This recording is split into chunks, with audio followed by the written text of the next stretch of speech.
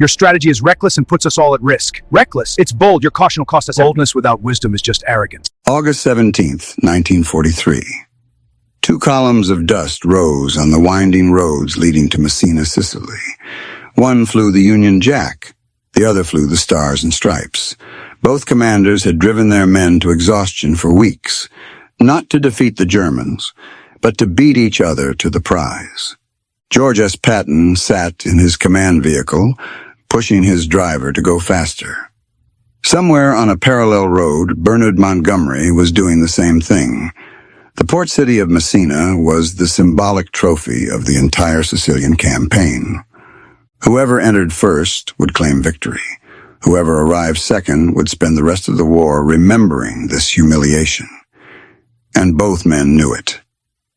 Patton's 3rd Infantry Division reached the outskirts of Messina on the evening of August 16th. His men pushed through the night, fighting exhaustion, and scattered German rearguards. Your strategy is reckless. It will cost us dearly. Your caution will lose us the war. We must act. I won't allow it. General, the situation is under review. Good. Coordinate with the staff. Understood, sir. By dawn on August 17th, American soldiers were entering the city. Montgomery's troops arrived hours later. The British general found American flags already flying over Messina. Patton had won the race, and Montgomery would never forgive him for it. To understand why these two men despised each other, you have to understand who Montgomery was in the summer of 1943. He wasn't just a British general. He was the British general, the hero of El Alamein, the man who had finally defeated Rommel. Britain had suffered nothing but defeats for 3 years. Dunkirk, Greece, Crete, Singapore, Tobruk. The British Army had been humiliated across 3 continents. Then Montgomery arrived in North Africa, and everything changed. El Alamein in October 1942 was Britain's first major land victory of the war. Churchill called it the end of the beginning. Montgomery became the most famous British soldier since Wellington. The situation is critical. We must act now. Understood. The men are ready. Good. Coordinate immediately. The operation commences at dawn. Coordinate with all units. Understood. Artillery is positioned and ready. Good. Precision is critical. He was arrogant, theatrical, and absolutely certain he was the finest general alive. He wore a distinctive black beret with 2 cap badges. He issued personal messages to his troops. He cultivated relationships with journalists who portrayed him as a military genius. George Patton had a problem. He was arguably the best tactical commander in the Allied forces, but almost nobody knew it yet. The Americans had embarrassed themselves at Kasserine Pass in February 1943.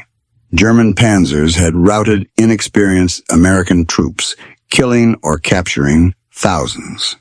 Patton was brought in to fix the disaster. He took command of 2nd Corps and transformed it in weeks through brutal discipline and aggressive training. Soldiers who had been slovenly and undisciplined suddenly looked like professionals. Units that had broken under fire learned to hold their ground. By the time the North African campaign ended, American forces had proven themselves in combat. The situation is critical. I understand. What are your orders? Mobilize now. We move at dawn. But Montgomery got the credit. Montgomery was the theater star. Patton was a supporting actor who had cleaned up someone else's mess. The British press barely mentioned American contributions. Montgomery gave interviews suggesting his 8th Army had carried the campaign while the Americans learned how to fight. And Patton seethed. The plan for Sicily was where the hatred truly began. Operation Husky would be the first major Allied invasion of Europe, the dress rehearsal for everything that came after. And Montgomery demanded control. The original plan gave both armies meaningful objectives. Patton's 7th Army would land on the western beaches and drive toward Palermo. Montgomery's 8th Army would land on the eastern beaches and drive toward Messina. 2 thrusts, 2 armies, shared glory. Montgomery rejected this plan. He insisted that his 8th Army should have the primary role. He wanted the Americans relegated to protecting his flank while British forces captured the important objectives. He went over the heads of American commanders and appealed directly to Eisenhower. Eisenhower, desperate to maintain Allied unity, gave Montgomery what he wanted. The plan was rewritten. Patton's army would guard Montgomery's flank while Montgomery made the main assault toward Messina. Patton was furious. He had been reduced to a supporting role in what should have been an equal partnership. He told his staff that Montgomery had stolen the campaign before it even started. But he followed orders, for now. Montgomery's plan fell apart almost immediately. His Eighth Army landed successfully on the eastern beaches, but then ran into fierce German resistance around Catania. The Germans had fortified the coastal road that Montgomery needed to reach Messina. Day after day, Montgomery's forces attacked. Day after day, they were thrown back. The Eighth Army, which was supposed to sprint to Messina while the Americans watched, was stuck in bloody stalemate. Montgomery blamed everyone but himself. He blamed the terrain. He blamed the Germans for fighting too hard. He blamed the Americans for not drawing enough German forces away from his front. What he never did was admit that his plan had failed. Meanwhile, Patton was guarding Montgomery's flank with a much larger force than the mission required. He had an entire army sitting idle, while Montgomery bled his troops against German defenses. Patton saw an opportunity. Patton went to his commander, General Harold Alexander, with a proposal. Instead of sitting on Montgomery's flank, he would drive west across Sicily and capture Palermo. It wasn't part of the plan. But the plan was already failing. Alexander, a British general who understood that something had to change, gave Patton permission. Patton unleashed his army in one of the most spectacular advances of the war. In just 72 hours, Patton's forces covered over 100 miles of mountainous terrain. They captured Palermo on July 22nd, taking thousands of prisoners and massive quantities of supplies. It was exactly the kind of bold, aggressive movement that Montgomery had failed to execute on the other side of the island. The press went wild. Suddenly, George Patton was front-page news around the world. The American general who had captured a major city while the famous Montgomery was stuck in the mud. Patton had stolen the spotlight, and he had done it deliberately. Montgomery was humiliated. He sent messages to Alexander complaining that Patton was grandstanding. He argued that capturing Palermo was meaningless because Messina was the real objective. But everyone knew the truth. Patton had shown him up. With Palermo captured, Patton turned east toward Messina. Now both armies were racing for the same prize. The competition that the Allied High Command had tried to prevent was happening anyway. Montgomery pushed his exhausted troops harder. He tried flanking movements around the German defenses. He launched amphibious operations to land troops behind enemy lines. Nothing worked fast enough. Patton drove his men relentlessly. He accepted casualties that a more cautious commander would have avoided. He used his own amphibious operations, leapfrogging troops along the northern coast. He was determined to reach Messina first, no matter what it cost. The rivalry had become personal in a way that affected operational decisions. Both commanders were taking risks and pushing their men beyond reasonable limits, not because military necessity demanded it, but because neither could stand losing to the other. Patton won. His 3rd Infantry Division entered Messina on August 17th, 1943, hours before Montgomery's forces arrived. When a British patrol finally reached the city, they found American soldiers already in control. Patton staged a theatrical welcome. He greeted the arriving British officers with exaggerated courtesy, rubbing their faces in his victory while pretending to be gracious. Montgomery was not present. He had sent subordinates rather than witness his humiliation personally. The message was clear to everyone watching. The American army was not the junior partner Montgomery had dismissed. George Patton was not a supporting actor in Montgomery's war. The special relationship between Britain and America would be a rivalry as much as an alliance. Patton wrote to his wife that it was the greatest moment of his career. He had beaten the famous Montgomery in a fair race, but the victory came with a cost that Patton didn't yet understand. During the Sicilian campaign, George Patton made two catastrophic mistakes that nearly ended his career. He slapped two soldiers suffering from combat fatigue in field hospitals, accusing them of cowardice. The incidents became public. Eisenhower was furious. The press demanded Patton's dismissal.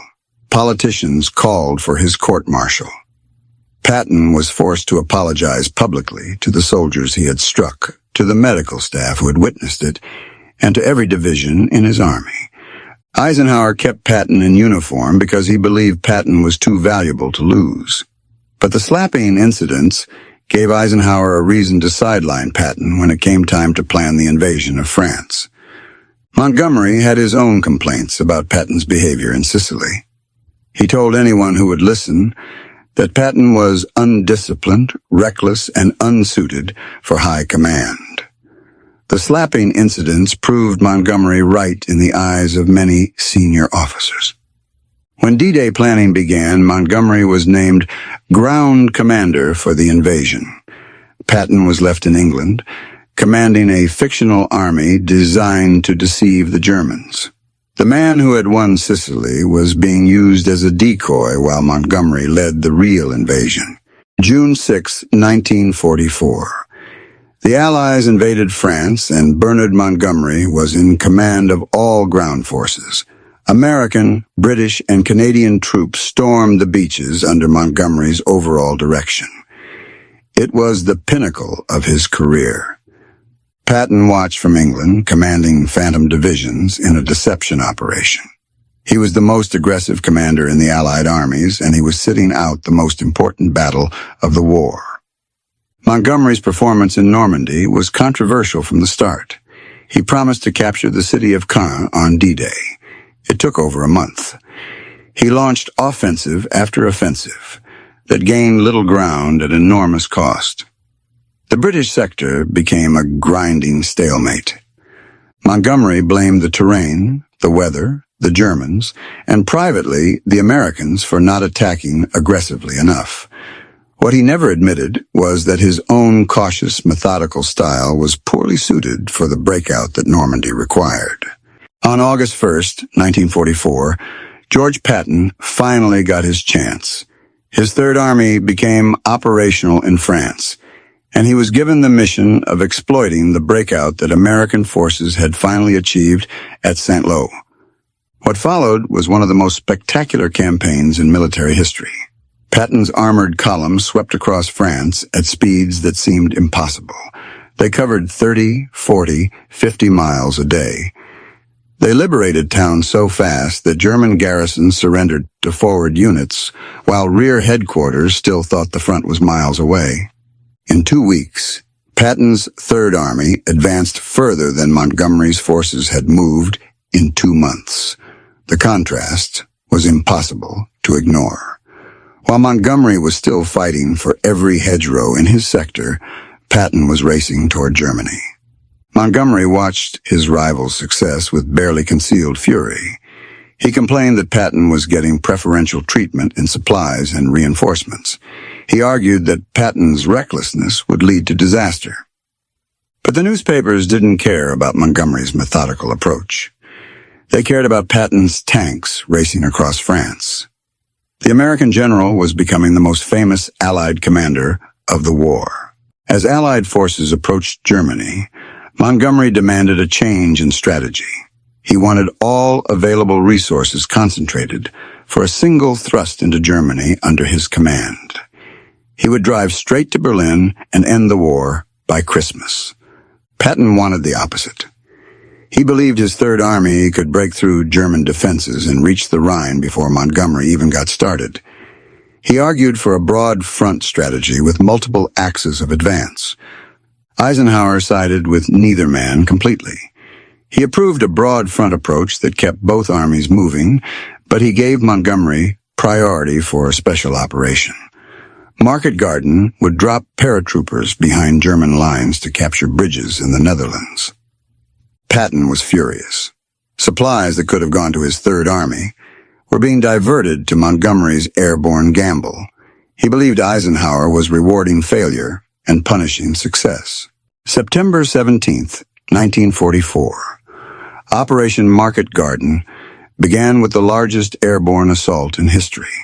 Thousands of paratroopers dropped into the Netherlands to capture bridges at Eindhoven, Nijmegen, and Arnhem. Montgomery's ground forces would race up a single highway to link up with them. It was a disaster. The plan was too ambitious, too dependent on everything going right. German resistance was far stronger than intelligence had predicted.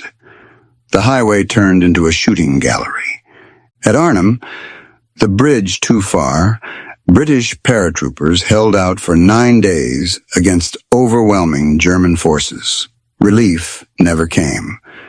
Of the 10,000 men dropped at Arnhem, fewer than 2,000 escaped. The rest were killed or captured. Montgomery declared Market Garden 90% successful. Almost no one agreed. The operation had failed to achieve its strategic objective, consumed enormous resources, and cost thousands of casualties. Patton, who had been forced to halt his advance because supplies went to Market Garden, was vindicated. He had warned that Montgomery's plan was reckless. Now Montgomery's great gamble had failed while Patton's army sat idle for lack of fuel. December 16th, 1944. The Germans launched their last major offensive of the war through the Ardennes forest. American forces were caught completely by surprise.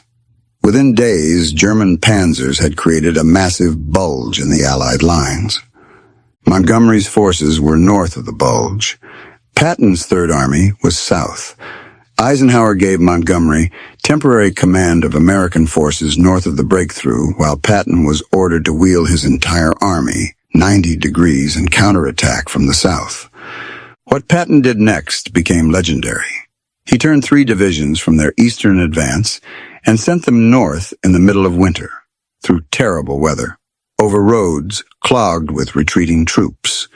In 48 hours, his forces had moved over 100 miles and were attacking the German flank. It was the most impressive logistical feat of the war. No other commander could have done it. Patton had relieved Bastogne and was rolling up the German advance, while Montgomery was still organizing his counterattack in the north. January 7th, 1945. Bernard Montgomery held a press conference about the Battle of the Bulge. What he said nearly destroyed the Allied alliance. Montgomery described how he had taken command of the northern sector when the Americans were reeling from the German attack. He implied that his leadership had saved the situation. He talked about bringing order to chaos and preventing a disaster. He barely mentioned Patton. He barely mentioned the American divisions that had held Bastogne. He made it sound like Montgomery and the British Army had rescued the Americans from their own incompetence. The American press erupted. Patton was livid.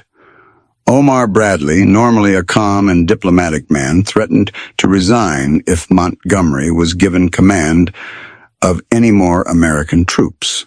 Eisenhower had to personally intervene to prevent the alliance from fracturing. Montgomery had stolen credit for the greatest American victory of the war, Patton's impossible march to Bastogne, the heroic stand of the 101st Airborne, the sacrifices of American soldiers across the Ardennes. All of it was minimized so Montgomery could claim the spotlight. The final months of the war brought one last humiliation for Montgomery. Eisenhower had planned for Montgomery's 21st Army Group to make the main crossing of the Rhine. Montgomery spent weeks preparing an elaborate assault. On March 7, 1945, soldiers from the American 9th Armored Division found the Ludendorff Bridge at Remagen still standing. They crossed immediately, establishing the first Allied bridgehead across the Rhine. Patton himself crossed the Rhine on March 22nd with a hasty assault that caught the Germans off guard. He called Bradley that night and added a request.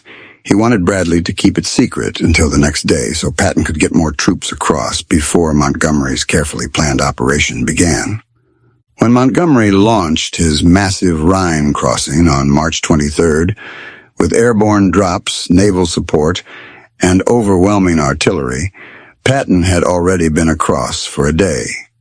The newspapers couldn't help making the comparison. Montgomery needed an army group and weeks of preparation to do what Patton had done on the fly. The Patton-Montgomery rivalry wasn't just personal drama. It had real consequences for the war. Resources that should have gone to whoever could use them best were instead divided to satisfy both egos. Operations were launched not because they were strategically optimal, but because one commander couldn't stand seeing the other get the glory. Eisenhower spent enormous amounts of time and energy managing the rivalry instead of fighting the Germans. He made compromises that satisfied neither man and may have prolonged the war. Soldiers died because their commanders were more focused on beating each other than on beating the enemy.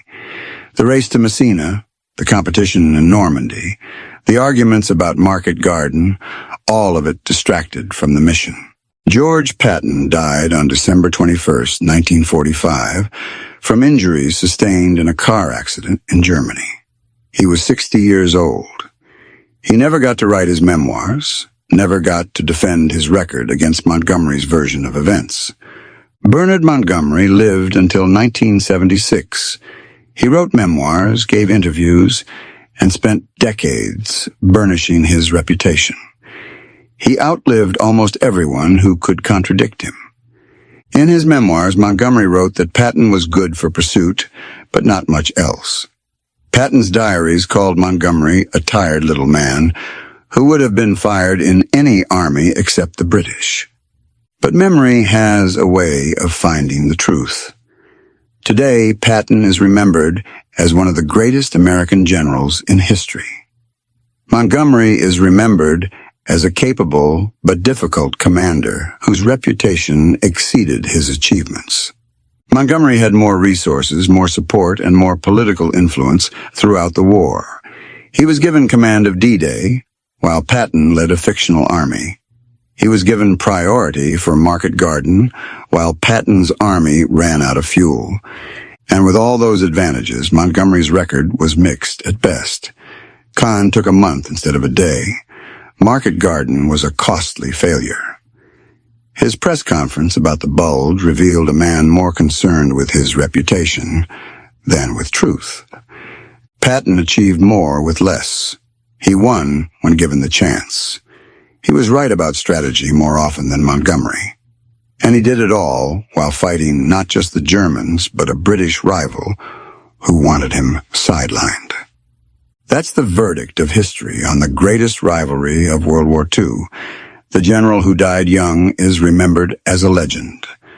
The general who lived long enough to write his own story is remembered as something less.